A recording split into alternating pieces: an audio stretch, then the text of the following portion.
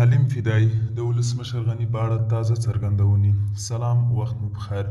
پام وکړئ د نن ورځې تازه خبر ته.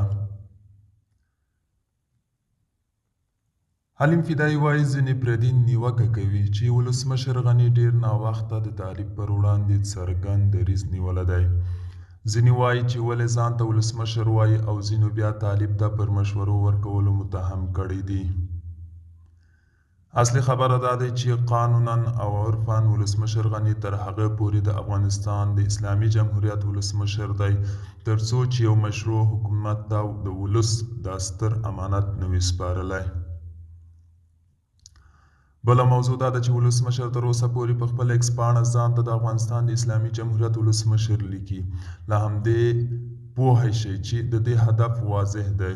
د ولسمشر ټولې بیانیې پیغامونه تعقیب کړئ. د ده دریځ خیرخواهانه، سوله ییز او اوسني وضعیت او حاکمیت مخالف دی.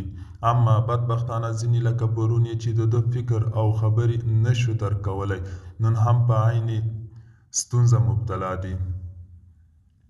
د ولسمشر غني د لوی اختر پیغام ډیر ستراتیژیک او د ولس د زړه ترجماني کړې ده.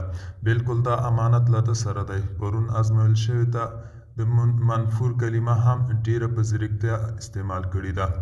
د نننۍ استبداد، انتحار او انفجار د سرلارو او د ولس د حوصلې او زغم په اړه هم دریځ ډیر معقول او واقعي دی. د ولس حوصله نامحدوده نه دی. د ولس پاڅون لوري ته اشاره ده. په ټوله کې پیغام د پخوانیو دریځونو یو څه زیات واضح دی. دوستانو دا او د نن ورځې چمتو کلی خبر تر بیا هم په الله سپارم. ښه جاري ښه وخت.